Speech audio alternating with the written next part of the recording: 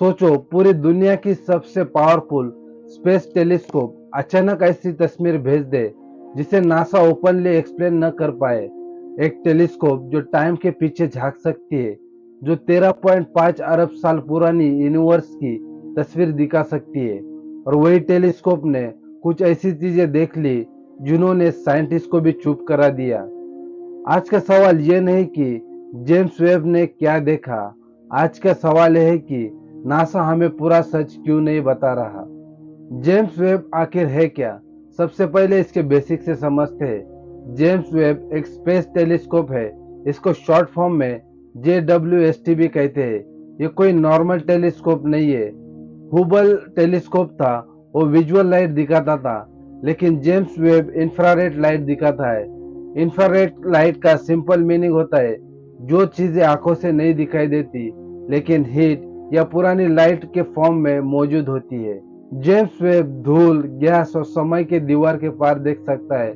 इसका डिस्टेंस पृथ्वी के 15 lakh kilometre L2 point तक तैनात है। इसको बनाने का कॉस्ट करीब करीब $10 बिलियन से ज्यादा है, मतलब नासा का सबसे महंगा प्रोजेक्ट। और नासा ने इसको सिर्फ एक मिशन के लिए बनाया है, यूनिवर्स के ओरिजिन का सच जानने के लिए। जेम्स वेब ने पहली बार क्या देखा? 2022 में पहली इमेज आई तो पूरी साइंटिफिक कम्युनिटी शॉक में चली गई। यहाँ पर प्रॉब्लम यह है कि साइंस कहता है इतने जल्दी गैलेक्सी बन नहीं सकती, लेकिन जेम्स वेब ने उन्हें फुल्ली फॉर्म दिखाया, यानी स्टार, स्ट्रक्चर, मास, सब कुछ मौजूद। साइंटिस्ट ने इसे कहा इम्पॉसिबल अर्ली गैलेक्सी।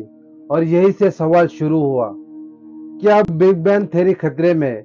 अब ध्यान से समझना। बिग बैंग थ्योरी कहती है यूनिवर्स धीरे धीरे बना, पहले गैस, फिर स्टार, फिर गैलेक्सीज। लेकिन जेम्स वेब कह रहा है गैलेक्सीज तो पहले से रेडी थी। कुछ गैलेक्सीज हमारे मिल्की वेब से भी बड़ी थी, लेकिन यूनिवर्स उस टाइम बहुत यंग था। मतलब या तो हमारा यूनिवर्स हमारी सोच से ज्यादा पुराना है, या फिर बिग बैंग थ्योरी में कुछ मिसिंग है। नासा ने ऑफिशियल स्टेटमेंट दिया है मॉडल्स नीड टू रिवीजन, लेकिन कई साइंटिस्ट ने क्वाइटली कहा दिस चेंज एवरीथिंग। अब आते हैं सबसे कंट्रोवर्शियल पार्ट पर। जेम्स वेब ने कुछ 100 प्लैनेट के एटमॉस्फेयर स्कैन किए और वहां मिला methane, carbon dioxide, water vapour, और कुछ प्लैनेट पर डाइमिथाइल सल्फाइड यानी DMS। ये अर्थ पर सिर्फ लिविंग ऑर्गेनिज्म बनाते हैं। इस पर नासा ने जवाब दिया ये नॉन बायोलॉजिकल प्रोसेस भी हो सकता है, लेकिन सवाल है इतना एग्जैक्ट बायोलॉजिकल स्ट्रक्चर कोइंसिडेंट कैसे? नासा ने कभी ऑफिशियली एलियन लाइफ शब्द यूज नहीं किया, लेकिन प्रेस रिलीज बहुत अनस्पेसिफिक थी और कई डाटा पब्लिक डोमेन पर पूरी तरह से रिलीज भी नहीं किया गया। अब हम बात करेंगे dark matter and dark energy के बारे में। यूनिवर्स का 95% dark matter and dark energy है, लेकिन हम इसे देख नहीं सकते। लेकिन जेम्स वेब ने ग्रेविटेशनल लेंस के थ्रू ऐसे पैटर्न देखे जो एग्जिस्टिंग मॉडल से मैच नहीं करते। कुछ साइंटिस्ट का दावा है डार्क मैटर का बिहेवियर हमारे फिजिक्स से अलग है।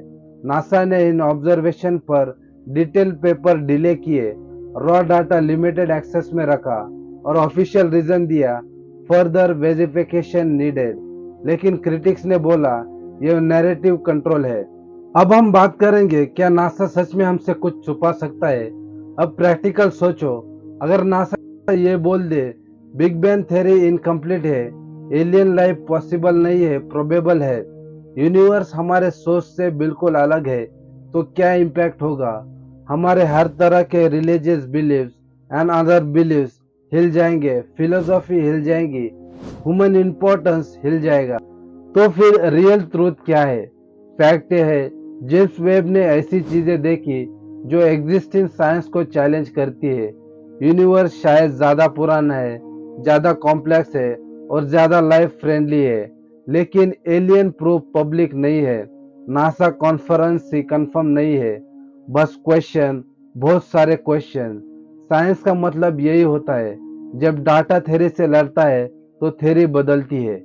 सवाल ये नहीं है नासा हमें धोखा दे रहा है या नहीं, सवाल ये है क्या इंसान इसे सुनने के लिए तैयार है।